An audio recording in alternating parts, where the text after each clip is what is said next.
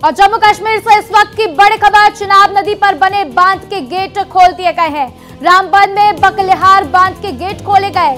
रियासी इलाकों में सलाल बांध के भी गेट खोले गए हैं। तो पाकिस्तान के लिए एक और बड़ी चुनौती, क्योंकि देखिए भारत ने पाकिस्तान के ऊपर वाटर स्ट्राइक की थी। वाटर स्ट्राइक के साथ साथ भारत को जब समझ में आ रहा है तब पानी रोका जा रहा है, और जब समझ में आ रहा है तब पानी चालू कर दिया जा रहा है। इसी बीच ये बड़ी जानकारी सामने आई है कि जम्मू कश्मीर से जहां पर रामबन में और सलाल बांध के 5 गेट खोल दिए गए हैं, तो चिनाब नदी पर बने बांध को खोल दिया गया है।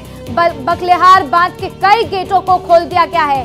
रियासी इलाके के सलाल बांध के भी 5 गेट खोले गए हैं। तो पाकिस्तान के लिए चुनौती होगी, क्योंकि इससे बाढ़ आने की संभावना पाकिस्तान में बन सकती है। और पाकिस्तान के लिए एक बड़ी चुनौती, क्योंकि कहीं पर पहले सूखा तो कहीं पर भारी पानी से पाकिस्तान को बड़ी चुनौती है, क्योंकि किस तरीके से अपनी आवाम को बचाती है, किस तरीके से अपनी आवाम का ख्याल रखती है, ये पाकिस्तान की सरकार के लिए एक बड़ी चुनौती होगी। तो जम्मू कश्मीर से इस वक्त की बड़ी जानकारी आपके साथ साझा करते हुए, रियासी इलाके में बांधों के गेट खोल दिए गए हैं और चिनाब नदी पर बने बांध के गेट खोले गए हैं। तो ये तस्वीरें भी आप देख रहे हैं। रामबन में बकलिहार बांध के कई गेट खोल दिए गए, तो रियासी इलाके में सलाल बांध के भी 5 गेट खोले गए हैं। तो इससे पाकिस्तान की मुश्किलें बढ़ती हुई, क्योंकि जब इस तरीके से भारी संख्या में गेटों को खोला जाएगा तो भारी संख्या में पानी पाकिस्तान पहुंचेगा। और ऐसे में जो पाकिस्तान के निचले इलाके हैं, जो एरिया पाकिस्तान के इन बांधों से सटे हुए हैं, जो चिनाब नदी से सटे हुए हैं, वहां पर बाढ़ आने की संभावना, और इससे कैसे पाकिस्तानी आवाम को बचाना है, ये पाकिस्तान की सरकार के लिए बड़ी चुनौती है। तो कल भी खबरें सामने आई थी, जब भारत ने रामबन के डैम्स को खोल दिया था। चिनाब नदी पर बने रामबन के कई डैम्स के गेट खोले गए थे, साथ ही साथ बकलिहार बांध के भी कई गेट खोल दिए गए थे।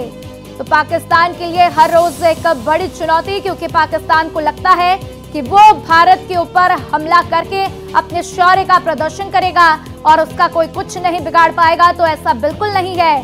भारत की तरफ से लगातार पाकिस्तान को करारा जवाब दिया जा रहा है, और इन्हीं जवाबों के साथ साथ भारत की तरफ से वाटर स्ट्राइक पाकिस्तान के ऊपर, जिसमें भारत जब चाहे जब मर्जी हो भारत तब बांध के गेट खोल रहा है। कल भी भारत ने डैम्स के गेट खोले थे, और आज भी भारत ने रामबन में बने डैम्स के गेट खोले हैं। तो बकलिहार डैम के गेट खोले गए, साथ ही साथ सलाल बांध के भी गेट खोले गए हैं। तो मेरे सहयोगी विकास अब्रोल मेरे साथ जुड़ चुके हैं, सीधा उनका रुख करते हैं। विकास, एक और बड़ी खबर, एक और बड़ी जानकारी कि अब बांधों के गेट खोल दिए गए हैं। ये पाकिस्तान के लिए एक बड़ी चुनौती। विकास,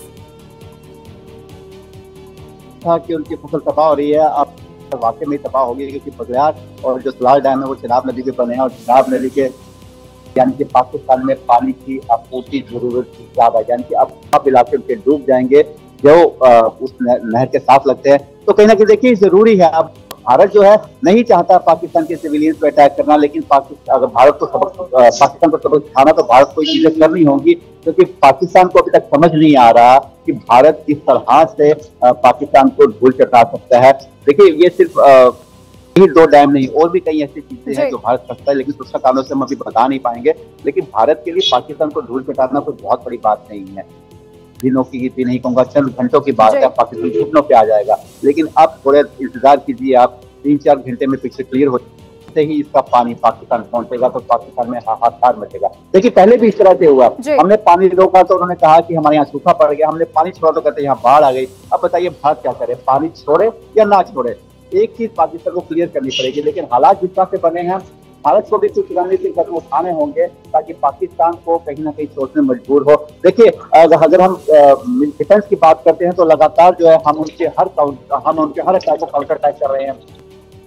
तुर्की की जो आम ड्रोन थे वो फेंके, अब तुर्की के YA-69 ड्रोन से उसने हमला किया, हमने वो भी उखाड़ फेंके। उसने फतेह-1 मिसाइल जो है उनकी कम दूरी की मध्यम दूरी की मिसाइल का उपयोग किया, हमने वो भी उखाड़ फेंकी। तो अब पाकिस्तान को ये पाकिस्तान अब ये मीटिंग कर रहा है कि अब उनके पास एक ही मिसाइल बची है, बाबर जिसका उपयोग कहेंगे वो, उसका भी हमारे पास काउंटर अटैक है। तो कहीं ना कहीं पाकिस्तान को भी सोचना होगा कि कितनी देर बचे कुछ हथियारों से वो भारत के खिलाफ एक्शन करेगा। देखिए, भारत को सिर्फ हथियार की जरूरत नहीं है, भारत के पास बहुत उसमें से एक बिल्कुल विकास, हथियारों की तो हम बात करेंगे ही करेंगे, लेकिन जो डैम की बात चल रही थी इसके पीछे समझना होगा कि भारत सरकार एक स्ट्रैटेजी चला रही है, एक स्ट्रैटेजिक प्लानिंग है। क्योंकि देखिए, जब चाहे पानी को रोक दिया जा रहा है, जिससे पाकिस्तान को पानी नहीं मिल रहा, वो भी एक पाकिस्तान के लिए चुनौती है कि पानी नहीं मिलेगा तो फसलें उनकी बर्बाद हो जाएंगी, क्योंकि फसलों को पानी नहीं मिलेगा तो जाहिर सी बात है कि सिंचाई नहीं होगी। लेकिन साथ ही साथ भारत जब चाह रहा है तो डैम को खोल दे रहा है, डैम्स के गेटों को खोल दे रहा है। इसका मतलब है कि पाकिस्तान में बाढ़ आने की भी संभावना है।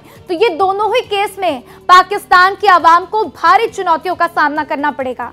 विकास जी बिल्कुल दादा, इसके देखिए दो नतीजे हैं। एक तो ये कि जो पाकिस्तान को उसका फायदा नहीं होगा, भारत को फायदा होगा, पाकिस्तान नुकसान होगा, वहाँ पे बाढ़ जैसे हालात हो जाएंगे।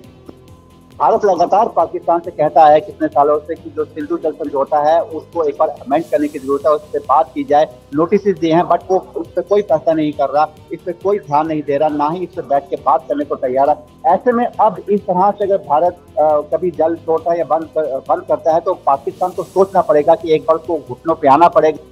सिंधु जल समझौते पे अगर ये लड़ाई इस तरह से चलती रही तो भारत भी शायद सिंधु जल समझौते पे कोई एक्शन ना ले, क्योंकि देखिए भारत चाहता है कि पानी, हम भी चाहते हैं कि जम्मू कश्मीर में भी ये रहा है कि जम्मू कश्मीर इसमें जरूर कहता है कि जो सिंधु जल समझौता है ये जम्मू कश्मीर के लिए ठीक नहीं है, क्योंकि जम्मू कश्मीर को जो पानी चाहिए वो पाकिस्तान को जा रहा है। तो जब पाकिस्तान का पानी रोका जाता है उससे फायदा जम्मू कश्मीर को भी है। लेकिन ये चीज जो है अब सोचने वाली बात है, कहीं ना कहीं पाकिस्तान समझना पड़ेगा कि जिस तरह से लगातार भारत ने कितने नोटिस दिए कि इस तरह से सिंधु जल समझौते बात करो, वो बात करने को तैयार नहीं है। तो अब भारत की मर्जी है, जब मर्जी पानी छोड़े, जब मर्जी पानी रोके। बिल्कुल विकास, और ऐसी ही तस्वीरें लगातार देखने को भी मिल रही हैं, क्योंकि जब भारत सरकार को समझ में आता है तो पानी को रोक दिया जाता है और फिर पानी को खोल दिया जाता है। आप मेरे साथ लगातार बने रहिए विकास। और इसी बीच एक बड़ी खबर, विदेश मंत्रालय प्रेस कॉन्फ्रेंस करेगा। आज सुबह 10 बजे प्रेस ब्रीफिंग होगी, तो ऑपरेशन सिंदूर को लेकर प्रेस ब्रीफिंग की जाएगी। तो ये प्रेस ब्रीफिंग बहुत ही महत्वपूर्ण, विदेश मंत्रालय आज प्रेस ब्रीफिंग करेगा। सुबह 10 बजे ये प्रेस ब्रीफिंग होगी। तो प्रेस ब्रीफिंग का सभी को इंतजार है, क्योंकि इसमें बताया जाएगा क्या कुछ कैजुअलिटीज हैं और साथ ही साथ भारत ने पाकिस्तान को जिस तरीके से जवाबी कार्रवाई की है, क्या कुछ भारत को बड़ी कामयाबी हाथ लगी है, इसके बारे में भी इस प्रेस ब्रीफिंग में बताया जाएगा। तो ऑपरेशन सिंदूर को लेकर ये प्रेस ब्रीफिंग बहुत ही महत्वपूर्ण, दिल्ली से इस वक्त की बड़ी जानकारी आपके साथ साझा करते हुए, क्योंकि विदेश मंत्रालय 10 बजे प्रेस कॉन्फ्रेंस करेगा। आज सुबह 10 बजे ये प्रेस ब्रीफिंग होगी, जिसमें ऑपरेशन सिंदूर को लेकर प्रेस ब्रीफिंग की जाएगी, जानकारी बताई जाएगी, जितनी महत्वपूर्ण है, जितनी आम नागरिकों को जानना चाहिए, उतनी डिटेल्स इस प्रेस ब्रीफिंग में बताई जाएगी कि किस तरीके से भारत ने पाकिस्तान के ऊपर जवाबी कार्रवाई की और क्या क्या भारत ने पाकिस्तान के अंदर नुकसान पहुंचाया है। साथ ही साथ ये तस्वीर आपकी टीवी स्क्रीन पर आपको दिखा रहे हैं, ये लाइव तस्वीरें हैं, कहां पर क्या नुकसान हुआ। कुछ घरों में आप देखिए कि दीवारों को नुकसान हुआ है, कुछ घरों के छतों से मलबे जो है नीचे गिरे हुए दिखाई दे रहे हैं। ये उसकी तस्वीर आपको भारत एक्सप्रेस आपकी टीवी स्क्रीन पर दिखाता हुआ। तो ये भारत के लोगों के लिए ये बहुत दुख की बात है, क्योंकि देखिए भले ही भारतीय सेना ने अपने शौर्य का प्रदर्शन किया है, मिसाइलों को मार गिराया है, ड्रोन्स को मार गिराया, लेकिन जो उनके मलबे जिन जगहों पर गिरे उनकी ये तस्वीर हम आपको दिखा रहे हैं कि वहां पर फिलहाल क्या कुछ स्थिति है। तो आप देखेंगे कि घरों की छतों को काफी नुकसान पहुंचा है, कई घरों में छतों को नुकसान पहुंचा हुआ और उनके मलबे जो हैं गिरे हुए हम आपको इन टीवी स्क्रीन में दिखा रहे हैं। और इसी बीच मेरे सहयोगी राकेश मेरे साथ दिल्ली से जुड़ चुके हैं, सीधा उनके पास चलेंगे। राकेश, आज बहुत बड़ी प्रेस ब्रीफिंग होगी सुबह 10 बजे, इसका सभी को इंतजार है, और इस प्रेस ब्रीफिंग को लेकर क्या कुछ जानकारी, क्या उम्मीद की जाए इस प्रेस ब्रीफिंग से?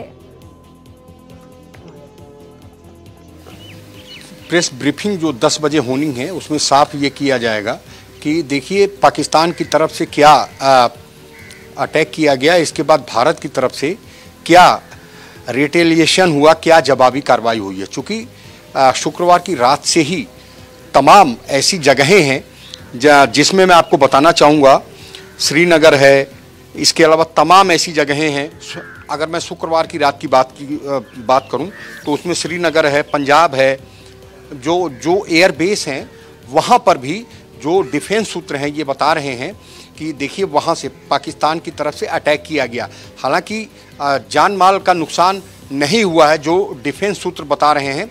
तो जैसे ही एमईए की प्रेस ब्रीफिंग होगी, सेना भी उसमें शामिल रहेगी, जैसे ही ब्रीफिंग होगी इन तमाम बातों को मीडिया के सामने रखा जाएगा कि भारत की जवाबी कार्रवाई क्या रही है।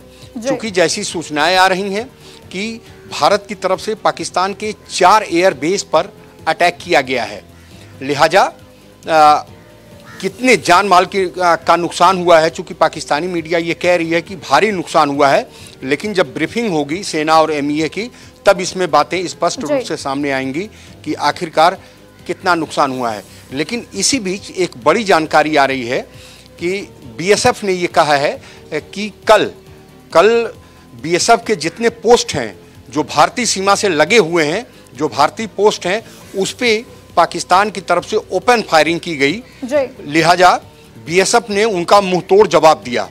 तो ये तमाम चीजें हैं जो 10 बजे की प्रेस ब्रीफिंग में बताई जाएंगी कि आखिरकार क्या क्या कार्रवाई हुई है, पाकिस्तान की तरफ से जो हमला किया गया है वो कहां कहां किया गया है। लेकिन जैसा मैं बार बार कह रहा हूं कि डिफेंस सूत्र ये बता रहे हैं कि कल जम्मू कश्मीर के 26 जगहों पे अटैक किया गया। अब जान माल आपने देखा होगा, विजुअल्स में देखा होगा कि जो तमाम सिविलियन हैं उनको काफ़ी चोटें आई हैं, उनको तुरंत नज़दीकी अस्पताल में भर्ती भी कराया गया है। और आज सवेरे की अगर बात करें तो पाकिस्तान की तरफ से हैवी सेलिंग की जा रही है। लगातार जो सीमावर्ती इलाके हैं वहाँ पे अभी फायरिंग रुकी नहीं है, चाहे उरी सेक्टर हो, सांभा हो, तमाम ऐसी जगहें हैं जहाँ पे लगातार हैवी सेलिंग की जा रही है।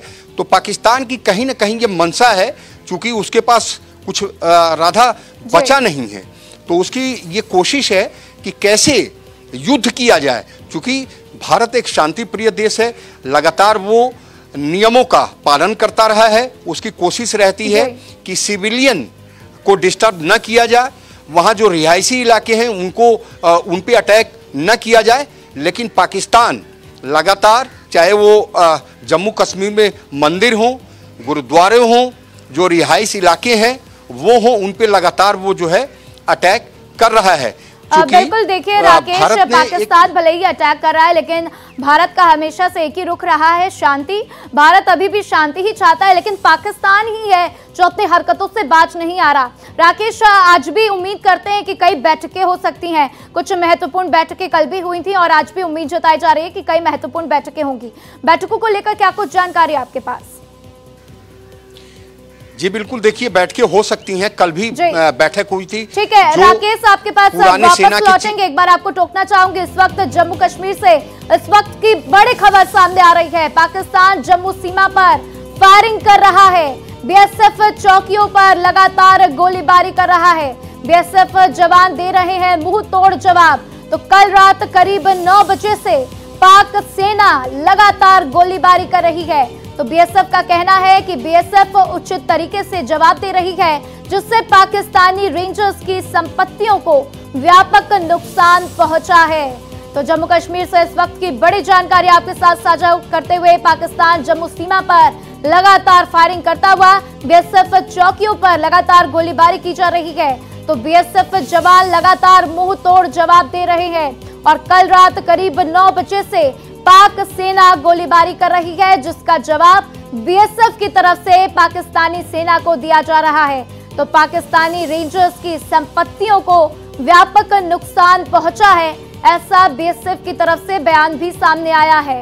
तो देखिए, पाकिस्तान अपनी हरकतों से बाज नहीं आता हुआ पाकिस्तान की तरफ से भारत के कई इलाकों पर निशाना साधा जा रहा है। और इसी बीच ये भी जानकारी कि लगातार पाकिस्तान की तरफ से बीएसएफ चौकियों पर फायरिंग की जा रही है। तो जम्मू सीमा पर लगातार फायरिंग, बीएसएफ चौकियों पर लगातार गोलीबारी की जा रही है। और इस खबर पर ज्यादा जानकारी के लिए मेरे सहयोगी विकास अब्रोल मेरे साथ जुड़ चुके हैं, सीधा उनके पास चलेंगे। विकास, क्या कुछ जानकारी इसको लेकर, क्योंकि बीएसएफ चौकियों पर लगातार गोलीबारी हो रही है, बीएसएफ की तरफ से जवाब भी दिया जा रहा है, लेकिन क्या कोई कैजुअलिटी की खबर, कोई और जानकारी इसको लेकर? जी देखिए, अभी तक कैजुअलिटी की खबर नहीं है, लेकिन ने अपने ऑफिशियल एक्स हैंडल पर लिखा है कि रात को 9 बजे पाकिस्तान की तरफ से अनप्रोवोक्ड फायरिंग की गई, हाई फायरिंग की गई, उसका जवाब दिया गया है और उसमें उनकी पोस्ट और उनका जो सेट्स थे उनको पूरी तरह से तबाह कर दिया गया। देखिए, ये स्टेटमेंट तब आई है जब हम लोग भी काफी देर से खबर चल रही थी कि उनके जहां से वो ड्रोन लॉन्च करते थे उसको उड़ा दिया गया है, उस लॉन्चिंग पैड को उड़ा दिया गया है। जो एसेट्स बताए जा रहे हैं पाकिस्तान रेंजर्स के, मुझे लग रहा है कि ये एसेट्स में वो भी एसेट आता है जिसको उड़ाया गया है। तो कहीं ना कहीं देखिए, पाकिस्तान को भारी क्षति हुई है। पाकिस्तान अगर यहाँ पे एक फायर खोलता है, हमारे यहाँ से 100 फायर जाता है। पाकिस्तान जो है सिर्फ अपने लोगों को दिखाने के लिए बॉर्डर पर लगातार उनसे हमारे से लड़ रहा है, इसीलिए फायर कर रहा है। लेकिन बाद में अगर इन द एंड देखा जाए तो पाकिस्तान का हो रहा है। पाकिस्तान की जितनी भी फोर्स है बीएसएफ से लगती है, वो आधी से ज्यादा फोर्स तबाह हो चुकी हैं। कई जो है उनको भी काफी नुकसान हुआ है। ऐसी खबरें कुछ समय से आ रही हैं, 20 से 30 रेंजर्स जो हैं उनके इसमें या मारे जा चुके हैं या घायल हुए हैं। तो कई हो रही है कि वो छोड़ के भाग गए हैं। तो देखिए, कहीं ना कहीं जो हालात है वो पाकिस्तान के लिए अच्छे नहीं है, क्योंकि पाकिस्तान फायर तो करता है लेकिन उसकी जवाबी कार्रवाई जो है वो पाकिस्तान पे भाग, और यही अब भी होगा। जिस तरह से फतेह 1 फतेह 2 मिसाइल चला रहे हैं, IS-69 ड्रोन जो टर्की मेड है वो चला रहे हैं, इसका जो रिटेलिएशन है वो भारत से होगा ही होगा, और वो हो भी रहा है। 3 एयर स्ट्रिप्स हमने उनकी उड़ा दी हैं, जैसे एक भी प्लेन क्या कोई गाड़ी भी नहीं निकल सकती है। उसके अलावा कई ऐसे पैड्स है जिनको निशाना बनाया गया। तो कहीं ना कहीं भारत की कार्रवाई अब पाकिस्तान पे भारी पड़ रही है। हो सकता है इसीलिए NSA की मीटिंग भी जो है पाकिस्तान ने बुलाई है, वो ये भी चर्चा हो कि जिस तरह से जो नुकसान है उसकी भरपाई। बाकी बिल्कुल विकास, और देखिए पाकिस्तान को भारी नुकसान का सामना करना पड़ रहा है, लेकिन इसी बीच एक बड़ी खबर भारत पाक तनाव के बीच श्रीगंगानगर से बड़ी खबर सामने आ रही है। श्रीगंगानगर में बजा है जंगी सायरन, तो श्रीगंगानगर में रेड अलर्ट भी जारी किया गया है। लोगों को घरों में रहने के निर्देश दिए गए हैं, तो लोगों से अपील की जा रही है कि आप अपने घरों में रहिए। तो श्रीगंगानगर में रेड अलर्ट जारी किया गया है। तो भारत पाक तनाव के बीच श्रीगंगानगर से ये बड़ी खबर, जहां पर जंगी सायरन बजा है। तो रेड अलर्ट श्रीगंगानगर में जारी किया गया। लोगों से अपील की गई है कि आप घरों में रहें और अपने आप को सुरक्षित रखें। तो भारत पाकिस्तान तनाव के बीच में एक एक अपडेट आपके साथ साझा करते हुए, और इसी बीच मेरे 2 सहयोगी विकास अब्रोल और राकेश मेरे साथ लगातार बने हुए हैं। विकास के पास चलेंगे। विकास, एक बार फिर से रेड अलर्ट जारी किया गया श्रीगंगानगर में, लोगों से अपील की गई है कि आप अपने घरों में रहें, उसको लेकर और अन्य क्या कुछ जानकारी? देखिए राधा, मैं आपको बताऊं, ये जो सायरन बजाया जाता है, रेड अलर्ट जारी किया था, इसलिए कहता था ताकि लोग पैनिक में ना आए। क्योंकि देखिए, सबसे बड़ी बात ये है, मैं आपको क्लियर करूं कि जो ड्रोन्स हैं या जो मिसाइल है, जब उनको मारा जाता है, जब उनको इंटरसेप्ट किया तो उनका मलबा भी जो जमीन पे गिरता है, और जो मलबा जहाँ पे गिरता है वो रिहायशी इलाका भी हो सकता है। जिस तरह से स्क्रीन पे हम देख रहे हैं, यहाँ पे खेत में भी मलबा गिरा है। तो कहीं ना कहीं ये वो सब मलबा है जो ड्रोन या जो मिसाइल हमारे तकनीक के द्वारा, हमारे सुरक्षा बलों द्वारा उड़ाई गई है। तो ऐसे में उस मलबे से कोई घायल ना हो, इसीलिए लोगों को ताकीद की जाती है कि अपने घरों में रहे। देखिए, मैं फिर कहूंगा, कोई पैनिक वाली बात नहीं है, कोई ऐसी बात नहीं है। अभी भी एक स्टेटमेंट आई है, हालांकि कितनी अधिकारी के इसकी पुष्टि नहीं, उसमें ये बताया जा रहा है कि जम्मू में कोई भी ड्रोन नहीं गिरा है। जो भी गिरा है उसका प्रोजेक्टाइल गिरा है, उसका मलबा गिरा है, उसी से जो नुकसान हुआ वो नुकसान हुआ है। तो बिल्कुल विकास, और एक ये बड़ी कामयाबी है भारत के लिए, क्योंकि उनका प्रोजेक्टाइल गिरा है, मलबा गिरा है। तो इससे साफ हो सकता है कि किस तरीके से भारतीय सेना लगातार जवाबी कार्रवाई कर रही है, उनके ड्रोन्स को, मिसाइल्स को मार गिरा रही है। राकेश भी मेरे साथ लगातार दिल्ली से बने हुए हैं, राकेश के पास चलेंगे। राकेश, दिल्ली से क्या कुछ अभी जानकारी मिल रही है बैठकों को लेकर, जिस तरीके से आप हमारे साथ जानकारी साझा कर रहे थे, साथ ही सुरक्षा को लेकर क्या कुछ व्यवस्थाएं? क्योंकि थोड़ी देर पहले जब मैंने अपने सहयोगी से बात किया था तो उन्होंने बताया था कि किस तरीके से एक पाकिस्तानी मिसाइल जो है दिल्ली की ओर आ रही थी, लेकिन उसका रूट डाइवर्ट करके उसको वहीं पर ध्वस्त किया गया। बिल्कुल, देखिए, जो दिल्ली की हवाई सीमा है वो पूरी तरीके से चाक चौबंद कर दी गई है। और आपने देखा होगा कि जो फतेह मिसाइल है, जो लॉन्ग रेंज की मिसाइल है पाकिस्तान की, पाकिस्तान ने दिल्ली को निशाना बनाने की जो सूत्रों से खबर आ रही है कि उन्होंने दिल्ली को निशाना बनाने की कोशिश किया था, लेकिन उसको सिरसा में ही इंटरसेप्ट करके उसको ध्वस्त कर दिया गया। चूंकि जो अभी सूचना आ रही है, ये भी आ रही है कि अंबाला और जो अन्य शहर हैं, चंडीगढ़ है, वहाँ भी एयर अटैक हो सकता है। तो सायरन्स बज रहे हैं।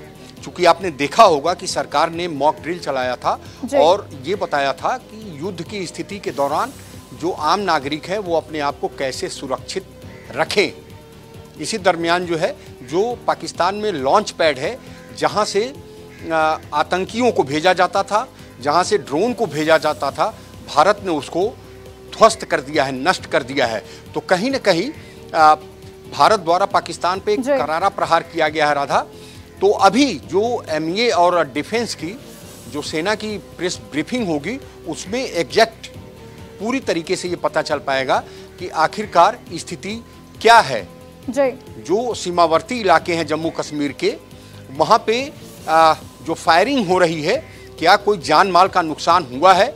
चूंकि पाकिस्तान की यही कोशिश है कि कैसे जो सीमावर्ती इलाके के सिविलियंस हैं, जो रिहायशी इलाके हैं, उनको कैसे अटैक किया जाए। चूंकि ये युद्ध नियमों के एकदम विपरीत है, तो आप समझ सकती हैं कि पाकिस्तान जो है वो युद्ध नियमों के विपरीत जाके अटैक कर रहा है। बिल्कुल राकेश, और देखिए पाकिस्तान को ये काफी भारी पड़ सकता है, क्योंकि जो युद्ध नियम है उसके खिलाफ पाकिस्तान शुरू से ही देखा जाता है कि हर बार पाकिस्तान ही जो है जो वो सीमा को पार करता है, उसका उल्लंघन करता है। लेकिन अब इस पर क्या कुछ कार्रवाई होगी दुनिया की तरफ से, अमेरिका की तरफ से, अन्य देशों की तरफ से, यह भी देखने वाली बात होगी।